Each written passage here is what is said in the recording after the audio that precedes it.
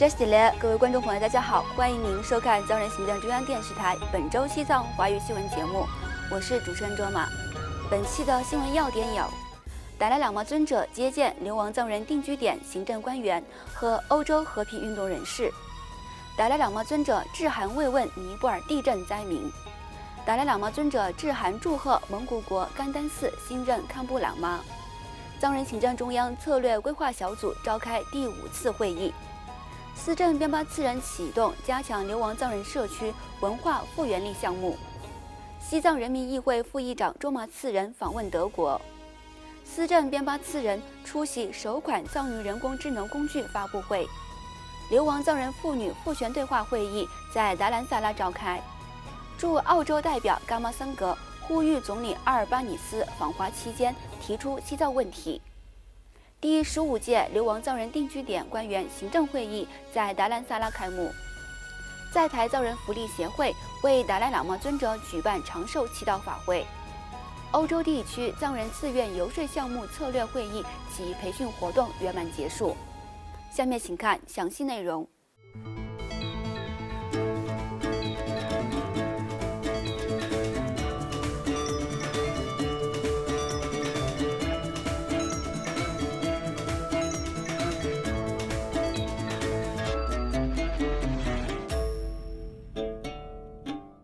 西藏精神领袖第14世达赖喇嘛尊者于本周三11月8号上午，在印度北部达兰萨拉的勤宫会见了一批来自欧洲的和平活动人士。达赖喇嘛尊者在接见活动上着重谈到了实现人类的一体性、爱与慈悲如何促进世界的持久和平。随后回答了与会者提出的如何解决全球气候危机、宗教如何影响世界的未来等问题。与此同时，达赖喇嘛尊者还于本周二在达兰萨拉的勤宫接见了藏人行政中央内政部秘书长班丹顿珠为首的45名来自印度及尼泊尔流亡藏人定居点的行政官员，并发表重要讲话。此外，达赖喇嘛尊者于本周一11月6号致函尼泊尔总理普勒昌达，对近期袭击尼泊尔西部，造成该国重大生命和财产损失的毁灭性地震表达了慰问。达赖喇嘛尊者在慰问函中写道：“我向贵国失去亲人的家属表示哀悼，并为所有受这场悲剧影响的人们祈祷。据我所知，贵国政府以及相关机构正在尽一切努力，为受这场灾难影响的人们提供必要的帮助和资助。”尊者在慰问函最后强调，为了表达对尼泊尔人民的声援，希望能够为救援工作捐款。另外，达赖喇嘛尊者还于本周一致函蒙古共和国首都乌兰巴托的甘丹特曲林寺新任堪布喇嘛格西杰尊多杰，祝贺他就任这一重要职务。达赖喇嘛尊者在贺函中表示，佛法因其植根于非暴力和慈悲而具有对人类扶持的巨大潜力。然而，只有当我们有机会学习和实践佛法时，这才会发生。在传授佛教教义时，重要的是要牢记受教者的能力和倾向。在写给即将卸任的蒙古国佛教领袖诺门汉堪布喇嘛曲嘉措的信函中，尊者以他学习、思考以及通过禅修来实践和传播佛陀教义的方式表达了赞赏。此外，藏人行政中央第16届噶夏成立的策略规划小组于11月8号在印北达兰萨拉的萨日高等藏语学院召开了第5次会议。此次为期3天的会议期间，策略规划小组跟进第4次会议通过的相关事宜的执行情况，并就当前西藏境内的局势，包括中国政府近年来将上百万西藏儿童强行送入殖民地寄宿学校接受同化教育，以及中国政府在西藏各地大规模采集藏人基因样本，当前中国境内的局势和对国际社会的威胁等问题进行了深入的讨论。会议由司政边巴次仁主持，与会成员包括前部长丹巴次仁、前部长中秋欧珠、达赖喇嘛尊者的前特使格桑坚参、外交部长诺增卓玛、安全部长加日卓玛等策略规划小组等成员。与此同时，藏人行政中央司政边巴次仁于上周五11月3号在嘎夏秘书处启动了由宗教和文化部主导、美国国际开发署资助的加强流亡藏人社区文化复原力项目。司政边巴次仁在启动仪式上发表讲话时，主要向与会者通报了该计划的广泛范围及其重要性。特别提到该项目与达赖喇嘛尊者愿景之间的联系。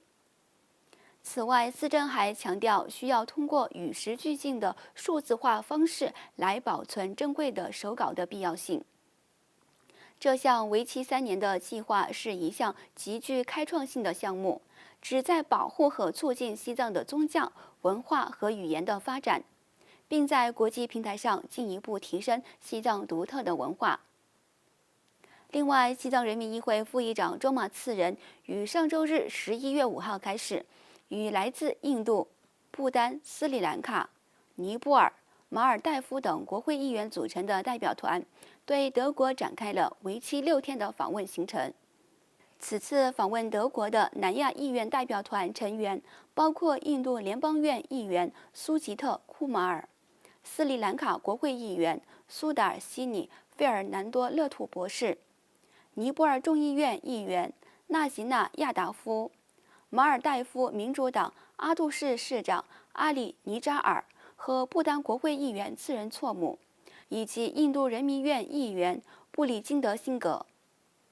在与德国政要进行的会谈中，副议长提出了有关西藏的问题，并呼吁德国官员关注西藏人民议会发出的请愿信。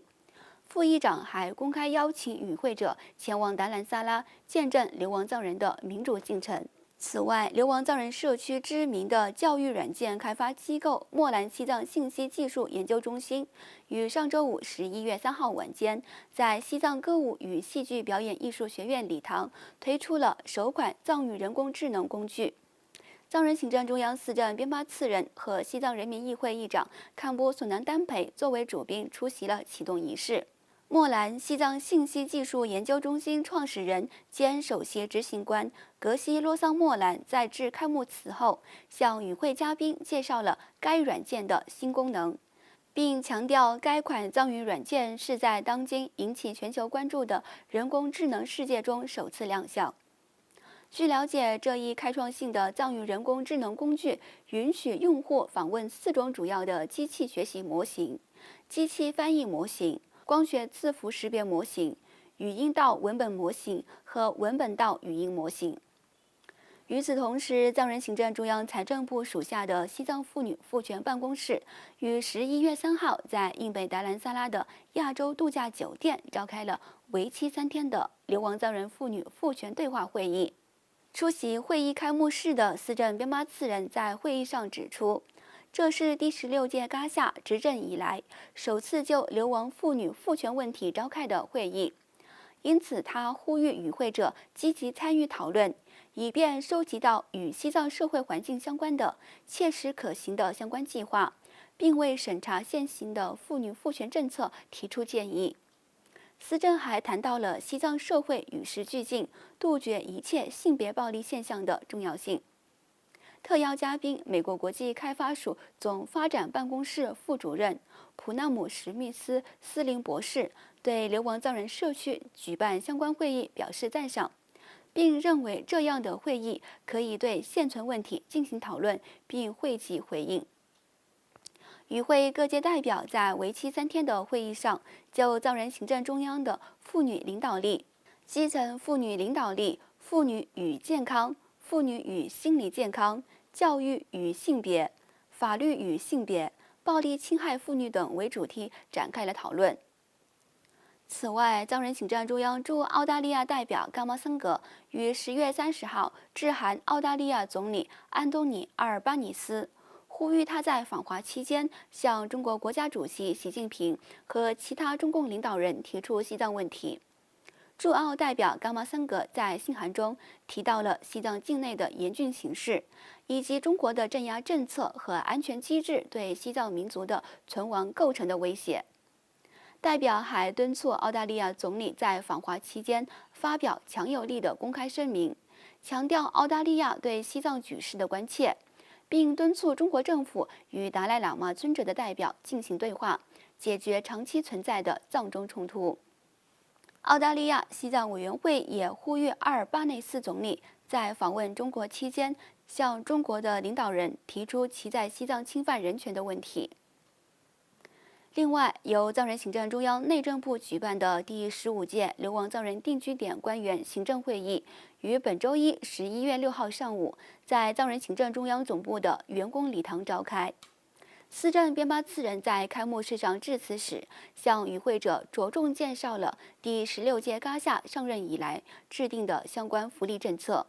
并强调流亡藏人定居点要将第16届噶夏发布的愿景文件作为公务员的指导方针，因此他简要地谈到了其核心思想。司政还指出，诚实、透明和遵守流亡藏人宪章的相关规定是各定居点行政长官履行职责的主要原则。包括印南、西姆拉和拉达克的首席代表，以及45名来自印度及尼泊尔流亡藏人定居点的行政长官出席了为期4天的会议。此外，在台藏人福利协会于上周日11月5号在台湾桃园举行了一场祈祷法会，祈愿西藏精神领袖第14世达赖喇嘛尊者健康长寿及实现崇高愿望。驻台代表格桑坚参带领办事处工作人员参加了法会。代表格桑坚参在法会上致辞时，向主办方在台藏人福利协会表示感谢，并向与会藏人介绍了近日在驻台代表的陪同下，台湾民主基金会执行长黄玉玲率领的代表团在达兰萨拉觐见达赖喇嘛尊者，以及访问藏人行政中央各部门，会见司政边巴次仁和西藏人民议会正副议长及非政府团体等代表。在法会结束后，驻台代表格桑坚参与在台藏人福利协会会长扎西次仁及相关会员举行会议，讨论即将于12月10号达赖喇嘛尊者荣获诺贝尔和平奖34周年举办庆祝活动，以及庆祝藏人行政中央驻台湾办事处成立25周年等相关事宜。请继续收看今天的最后一则新闻。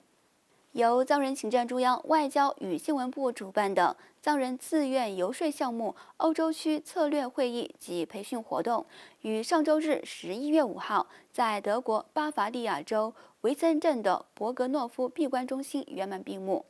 外交与新闻部助理秘书长丹增列谢、工作人员丹增巴姆分别向与会者介绍了成立藏人自愿游说项目的初衷，以及国际西藏青年论坛行动计划等议题。西藏人民议会欧洲区议员突丹汪钦和突丹嘉措分别就欧洲各国藏人社区的状况发表了见解。驻伦敦代表索囊次仁和驻布鲁塞尔代表仁增曲真根康就欧中关系和游说西藏等相关议题发表了讲话。国际西藏网络执行主任麦迪麦基翁和西藏宣传联盟的协调员格洛利亚蒙格马利就如何实施宣传策略，展开有影响力的宣传西藏活动为题，向与会者提供了培训。而来自9个欧洲国家的45名自愿游说西藏小组的成员，在会议上介绍了在各自国家的具体行动计划。观众朋友，以上就是今天节目的全部内容。欲了解更多有关西藏境内外的讯息，请登录屏幕下方的网址。感谢您的收看，我们下期节目再会。